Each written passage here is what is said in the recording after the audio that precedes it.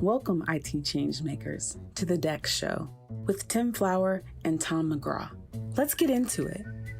Hello, changemakers. Welcome back to the Dex Show. I'm Tom McGrath, flying solo this week because Tim Flower is flying solo on his Harley Davidson, if you can believe that, listeners. He is taking the most amazing motorcycle trip. He does it every single year across North America, and we'll have to get a lowdown from his trip on his trip from Tim once he's back with us next week. In the meantime, I have an absolutely wonderful and really original guest to talk to today. She's Tania Benade-Meyer. She's Tanya, I've taken a quote from your LinkedIn, right, and it got me thinking. An expert, because you wear so many different hats. So this was my best way of, I thought, of everything I saw of defining you from our prior conversation. You're an expert in structured and unstructured data. Would you say that calls it pretty well?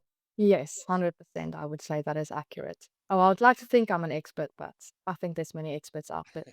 Hopefully, can tick that box.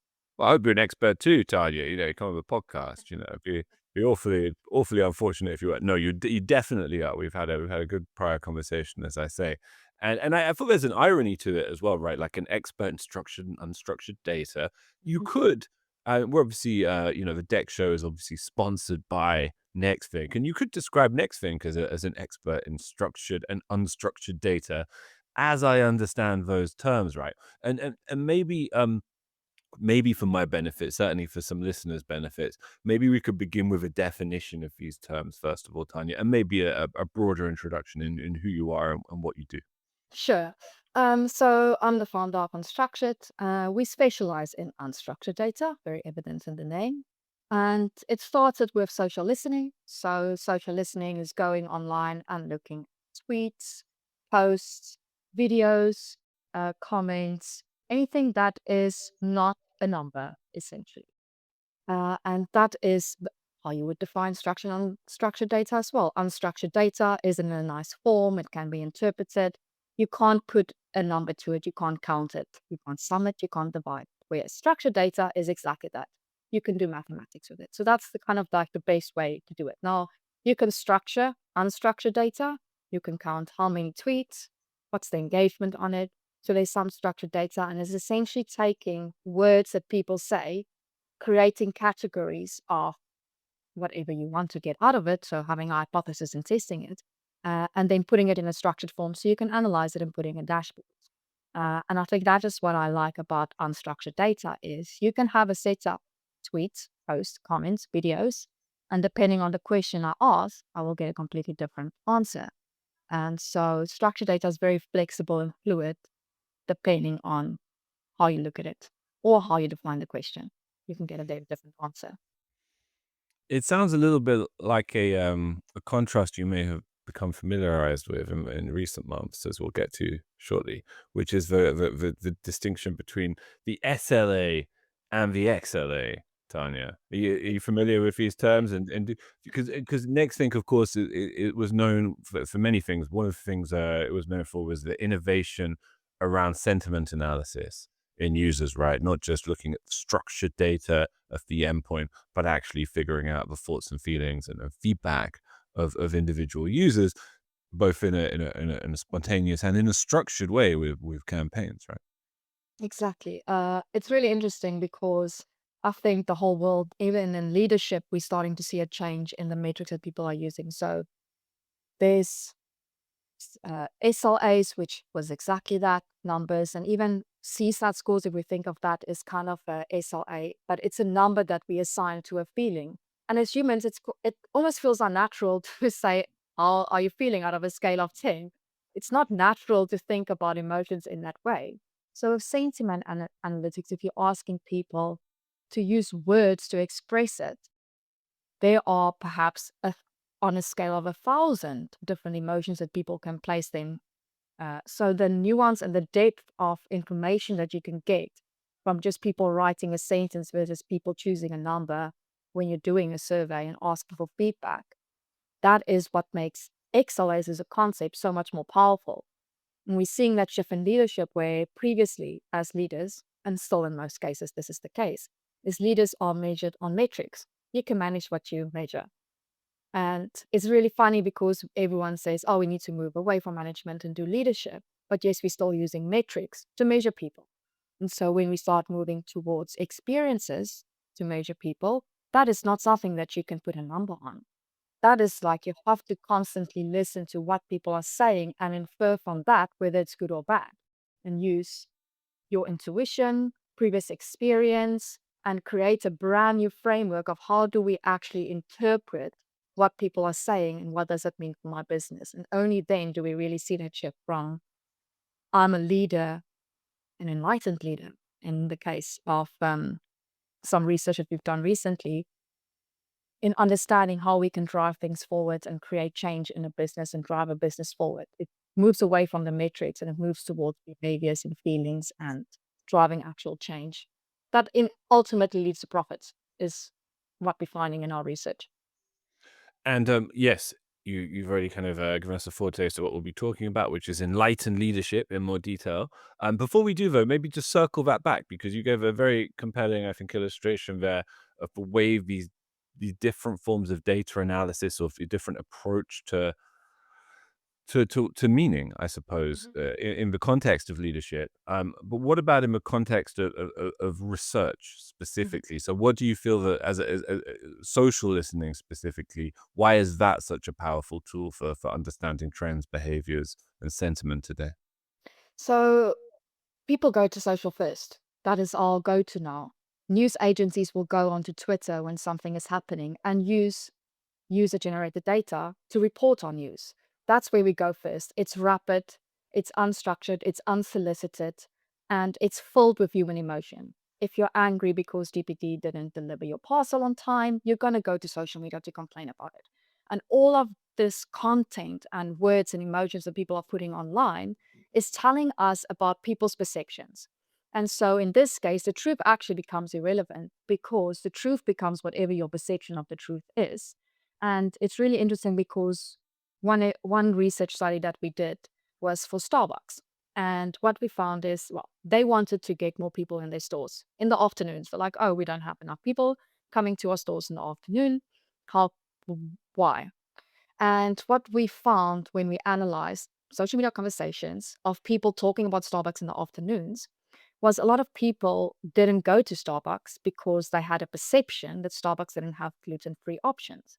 Now, if you're with a group of 10 people, you're going out lunch with colleagues, you're not going to go to a place, even if one person in a group of 10 is gluten-free, because there's no options for them. People try to be inclusive. And presenting this data back to them, they were very upset because they say, we do have gluten-free options. But what was actually happening is they didn't make it apparent. It wasn't very apparent on the branding that they used, on the packaging, or even in the stores, they didn't talk about gluten-free products. And so people's perception was that they didn't have it. And it was a super easy to fix, put up a big sign, here's all our gluten-free food. But again, they felt that in their sales numbers. That had a direct impact on their sales. And this is where the merging of structured and unstructured data becomes really powerful, is when you say, this is a perception that people have. Our hypothesis is people don't come because of this. Let's do something about it, and let's then measure the numbers to see if it has an impact. So the two of them working together is really where it adds value for businesses. Having them in isolation will create silos, which we are trying to break down every day in terms of how people work, how people interpret things. But unstructured data is almost like your first point to go to build that perception of what are people saying and what are they doing? What is their intent? So if we tie the two together, we can say, if this is what they say today, we can see in our structured data that this is what they do tomorrow. So it helps us be more predictive in people's intent. Incredible commendation for the sort of holistic approach of DEX in general, Tanya. Somewhat ironically, I think, but very interestingly as well. And look, you have been working, as I say, specifically with, I think, the XLA Institute, right, on this concept that I think we had Alan Nance from the XLA Institute on the third ever podcast we recorded discussing this concept, which you've already mentioned, of the enlightened leader 4 or 5 years ago. So we'll need our memories refreshed. Maybe tell us about this project and this collaboration, and and what that concept means and why it matters in the workplace today? Sure. So again, using social listening data a couple of years ago, what we did is we analyzed conversations that employees was having on Glassdoor, so reviews that they were leaving about businesses. We looked at customer conversations on social media to understand the experiences that they were having. We were looking at employees talking about their digital workspace and environment. And what we found when we analyzed all this data is that we found this equation, which is good employee experience is equal to good digital experience that employees have, having the right tools and systems to help them do a better job. And that ultimately lead to a really good customer experience, which ultimately lead to profits. So we had this really good equation to say that all of these are equally true. And eventually what we uncovered was that this is true, but this doesn't just magically happen by itself. There's a trigger point or a catalyst for all of this happening. And what we found is that the enlightened leader, not just any leader, but the enlightened leader is really the catalyst to create this equation to make it happen. So, enlightened leaders are the ones who are constantly talking about experience. They are consistent in their approach.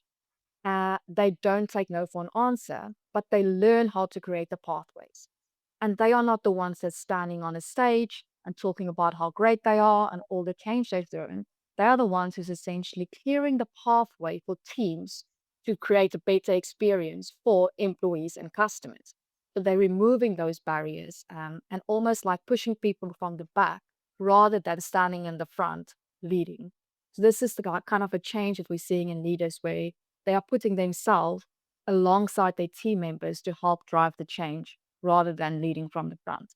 But they do it through consistency. And that consistency ultimately builds trust, where people go, this person is doing the right thing. They're doing it consistently. They believe that it's the right thing. And therefore, I also believe that this is the right thing to do to help customers, to help employees have better experiences. And that's ultimately what the enlightened leader is. It's someone that people trust to clear the pathways for them to drive forward experience in their business, whether that's better customer or employee experience. And what kind of data were you analyzing? Social data, we assume. But what was the interpretative approach? I mean, tell us more about that. So we kind of took a bit of a hybrid approach. So we looked at LinkedIn data. So we analyzed conversations of the top 100 CIOs in the US, and we looked at what they were talking about online. So what were they posting about? How were they engaging with people? What were they saying when they're engaging? Who were they engaging with? Um, and what we found is that only around 20% of the full sample that we looked at can really be classified as enlightened. And these are people who were always talking about their teams and their people and the experiences that they were having. Whereas the other 80%, they were mostly talking about business. Our business growth was doing that, the metrics, we've acquired this business, and very much traditional in their approach where they're focusing on the metrics and the SLAs, if we can call it that. Whereas the enlightened executives were all about the experience of things that is hard to measure, but is having a really significant impact to people. So that was one part of our analysis, and that's where we built hypotheses and had some qualitative and quantitative insights.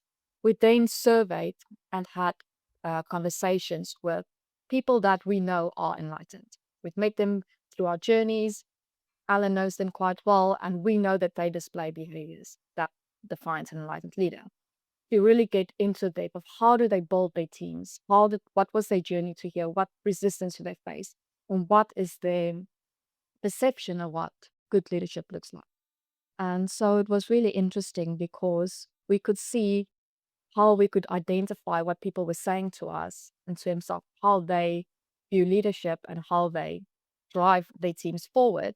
It's also what we noticed other people online were talking about. So we could really validate our data from multiple approaches to say that we hear what you're saying and we can see how that translates in online conversation. So that match between talking to people, getting real world data, and also what people are posting on social media again validates how strong of a source social media is in helping us to identify trends in human behavior and changes over a period of time and how that is evolving. Interesting, really interesting. And so I guess Alan raised the enlightened leader with us for the first time a few years ago. How do you think the concept has evolved in more recent years? And what are the sort of what specific qualities or behaviors are emerging at the moment in 2025 in your view? So previously, I think we've just completed more research around the journey that people have gone on and kind of how we've gotten to the enlightened leadership. And previously, when people were talking about experience, leadership is not something that they mention at all. People don't see leaders as the drivers behind changing experience.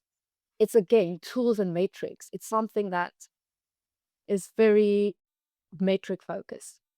And recently, what we're seeing is there's been a very small group of people that has created that consistency about talking about experience constantly. And in large organizations, they have started creating teams where they are actively driving pilot programs, talking internally, and creating awareness about what a XLA world looks like. And through that, we are starting to see people become more aware of it. So I think the journey 5 years, 10 years ago has been educational and creating awareness. And we are actually still on that. This is still actually a very early days concept, even though people like Alan have been talking about it for 5 years. It's still very unknown, actually, this concept of an enlightened leader.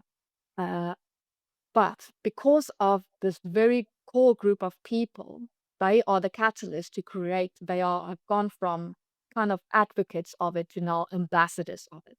And they're kind of spreading the news, and now have case studies and proven methodologies of what they have done to enforce that change in their organizations. And this proof that they now have, this data that they have, and the stories that they can tell is now helping to get more people on board to believe in the concept and to believe that this is actually what we need to do in order to drive change. And so what we're seeing is there's still lots of education that needs to happen, but definitely this year we are seeing people getting excited about it, and large organizations are starting to talk about it. So the awareness has increased rapidly, and now adoption is starting to take place. And there's less resistance and more curiosity towards it, which is a great place to be, because through this, more people is going to adopt and become those enlightened leaders to drive experience forward. Absolutely. You're a researcher yourself, of course, right? So did you ever take a note and when you look at it later, you think, what was that? I have a note and it was when I was rereading it, I thought, I'm not quite sure what this was referring to. But you've emphasized a shift, according to my notes, Tanya, from leadership to readership. Yeah. Okay, good. You're nodding, everybody. She's nodding. It's not my bad handwriting. Tell us about what that means in the context of this discussion. So I kind of alluded to it earlier, but leadership is, in the traditional sense, what we have always viewed it as lead by example. I will show you and you follow. And that is shifting, especially because we can't measure what a good looks like anymore because it's becoming fluffy. And lots of the 80% of people is not enlightened. They don't like fluffy. They don't like that I can't put this on a dashboard. And so the leadership is reading people. That is actually a core skill that a enlightened leader needs to have. They need to be able to read the room, read the dynamic, read someone's emotions. What is going to happen? How do we de-escalate the issue? How do I make an employee trust me to really let their guard down and talk to me? So one of the enlightened leaders that we interviewed had a great analogy of what this looks like. And he says that trust is not about what people say in a meeting about me. It's what they say at the dinner table when they go home. And so his goal is to, when people go home and sit at the dinner table, say, I had a great day today. I had a great experience at work today. And if he can enable that and get people to have and talk about work in a positive way when they get home, he feels like he's achieved it. That is not something that you're going to see in a boardroom on a dashboard. And so leadership has traditionally been that, here's my data, this is what it means. But actually leadership is, let me sit back, observe, take that in, and distill what it actually means. And the result is happening in places where you might not even have insight into it. That's so interesting. Do you feel that there's maybe a central change here that's creating that very kind of concept you just described? Is that respecting previous generations of work was much more hierarchical. Like it was a pre-given. Um, Nowadays, regardless of hierarchy, it has to be earned. Like it's a bit like a company is a bit like social media. There's a kind of democracy of reputation at play, and you have to be engaged with that Oh yeah. yeah, yeah. We are, oh, we're definitely seeing that. So part of our research was looking at what Gen Zs are talking about in regards to leadership and what does the future of workplace looks like. And so the future of leadership, they are going to be the future leaders. And when we define the characteristics of an enlightened leader, Gen Z are already ticking 80% of those boxes. They are already enlightened. They are the ones where there's no hierarchy. We see lots of videos online of TikTok CEOs where they go out for drinks with their people and they show up on Fridays all being hungover. Like it's that I'm in the trenches with them. I am living the life with them. I am not at the top of the chain. I am right there alongside them. They don't care about hierarchies. They also don't care about corporate talk. They just want to have natural conversations with people to get stuff done. And they very much where they take the back seat and let people lead. And so Gen Zs is really interesting because they are they are enlightened leaders. So the more they step into leadership roles, the more we will see this actually accelerate. Um, Another interesting thing that we observed when we analyzed them was that they if you don't give them what they ask for, so if you don't give them autonomy and if you don't give them the freedom to be innovative or to make changes, or you kill them with corporate jargon, they will leave very easily. They have very little loyalty to organizations, and they won't just leave to go to another organization. They will leave to start their own business. They will become your competitor. They are super entrepreneurial because don't have time for corporate. And so we're seeing more and more of that happening where I think there's going to be more entrepreneurs than ever before and under 30 years old. And especially with AI, it's becoming a lot easier for people. And so I think if corporates don't adjust to their language, the way that they run their organizations, the way that they lead, they're going to lose a very young workforce. And they're going to have competitors that's very innovative and is leading the way in terms of driving experience forward because they already have the behaviors that just naturally enables that to happen. Hmm. Yeah, very interesting. Let's get onto harmful leadership, Tanya. Let's enough of the good stuff. Let's talk about the bad stuff because that's always quite entertaining as much as anything. Yeah. What does ineffective or indeed harmful leadership look like in 2025? What are the main red flags? I think what we are seeing is when people say they do stuff, but they don't really do it. And I think this is not just leaders, this is anyone in an organization where we want to drive change. Oh, we're going to change this policy. We care about experience, but yet you're still measured on a number. You're still measured on a profit margin or a revenue number. So what you're saying and what you're doing doesn't match up. And with enlightened leaders, what we're saying is what they say and what they do matches exactly. And so the opposite of that is true for ineffective leadership or harmful leadership, is when we're hearing the things, but we're not seeing it. And again, thinking about the people, the younger workforce that we have entering now going into leadership positions, the moment they detect that very early on, they're out. You're going to lose them. You're going to really struggle to get them on side. And the concept of working together as a teamwork will be very hard because they just won't buy into it. So I think it's very important for leaders, if this is something that they want people to trust in, your words have to match your actions or your actions have to match your words. I suppose there's a psychological concept. I can't remember the name, but it's about that difference between how you see yourself and how others perceive you. Like I think it's the idea that there shouldn't be too much that you don't perceive that others can see too glaringly. Obviously that's relevant in any context of life, but you would think particularly so among leaders. And do you see that kind of gap existing in the ineffective leader in particular? 100%. Perception, what I mentioned earlier, perception is Yep. critical. One thing we noticed when we were doing social listening research in terms of people reducing their carbon footprint, was when we looked at it over a 3-year period, looking at social media conversations, we noticed the exact same behaviors of people adopting EV vehicles as people switching to meat-free or vegetarian eating. Is there's this kind of spike in adoption where people early adopters really want to get in on it. They want to switch to EV cars, they want to switch to meat-free eating. But if the industry isn't ready to adopt it, the infrastructure isn't there, there's not enough chargers, there's not enough good tasting vegetarian meals, it drops. And those early adopters then, instead of becoming advocates, become detractors really fast. And their perceptions is kind of being shaped by that. And to get them back on that curve becomes really difficult to change their mind, because they were like, I've tried it already, it didn't work, so why would it work now? And we are going to see the same thing with AI. We're already seeing the same thing with AI. Is the early adopters of AI, maybe the accuracy was 5 out of 10 when people were using it. Now they are of the opinion, oh, it's bad quality, it gives me wrong answers. Whereas now it might be 7 or 8 out of 10. But because that perception has been shaped very early on, it's actually harder to change it. And it's the same with leaders. If you lose someone's trust, or if someone has formed a perception of you as a leader, it's very hard to change that.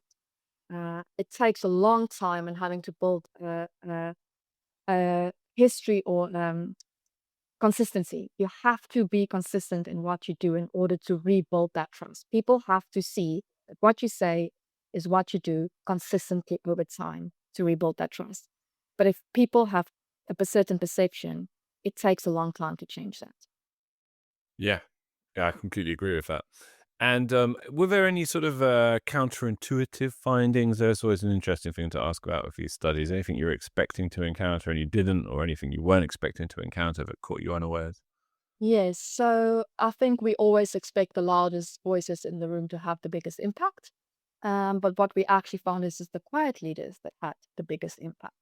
So they're not really out there pushing their personal brands or shouting about themselves.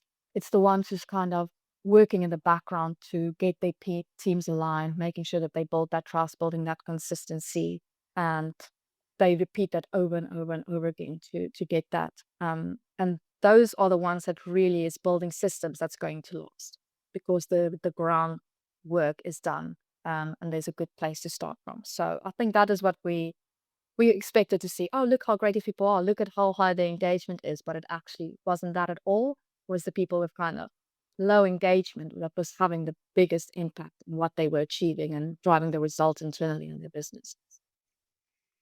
Okay, so I'd be surprised if this hasn't come up already, but if somebody was a new leader stepping into a sort of a digital hybrid modern workplace, what's the one thing they should stop doing and the one thing they must do if they want to not just seem but to be enlightened? So stop waiting for the structure to change in order for you to drive change. I think people are like, once I am in a leadership position, or once I'm a manager, or once I get promoted, then I'll do this, or then I'll have the authority to do this. What we're seeing from people who's coming through the ranks who aren't even in a leadership position is they're already doing it. They're not asking for permission. They are going out and they are saying, I want to drive this change and I am going to go and do whatever it takes to do this. Um, one of the people that we interviewed in our research was, she is the lead at a call center for a mobile company. And she started talking to people on the ground, speaking to every single person every day, going and making sure they're okay, how their family doing, and just building those relationships with people. And eventually she started seeing patterns where she started repeating stories to people, and it built trust with the team. And it actually resulted in change in terms of how they managed their entire team, how she evolved as a leader, winning awards, because of the changes that she was able to implement by just not asking for permission. I need to be a manager of the team to have conversations. She did that from day one. And so you don't have to have a formal structure to do that. You can go and drive that change irrespective of what your role is. So don't wait for the promotion. What these students do. Got it, got it. Well, Tanya, listen, oh, did we? Yeah, yeah. So, absolutely wonderful conversation, and I just love the different layers of relevance, both in your entire approach to data, which seems to resonate so deeply with the concept of XLA, the concept of DEX, and then this brilliant kind of analysis of the modern leader and the relevance of that also to this kind of more holistic approach to employee experience and to technology provision. It's been wonderful. Thanks for coming on. If people want to read your research or get in touch with you for another project, where should we direct them? You can reach me via email, tanya@unstructured.co, LinkedIn, Unstructured page, or my personal LinkedIn page, or on my website, unstructured.co. So multiple places where you can get this. It's not hard. It's not hard.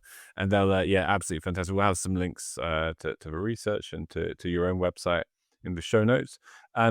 No, thanks so much for coming on, Tanya. Pleasure to meet you. Pleasure to talk to you about this interesting subject. Really been great.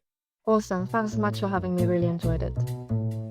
To make sure that you never miss an episode, subscribe to the show in Apple Podcasts, Spotify, or your favorite podcast player.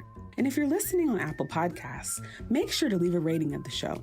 Just tap the number of stars you think the podcast deserves. If you'd like to learn more about how NextThink can help you improve your digital employee experience, head over to nextthink.com. Thank you so much for listening. Until next time.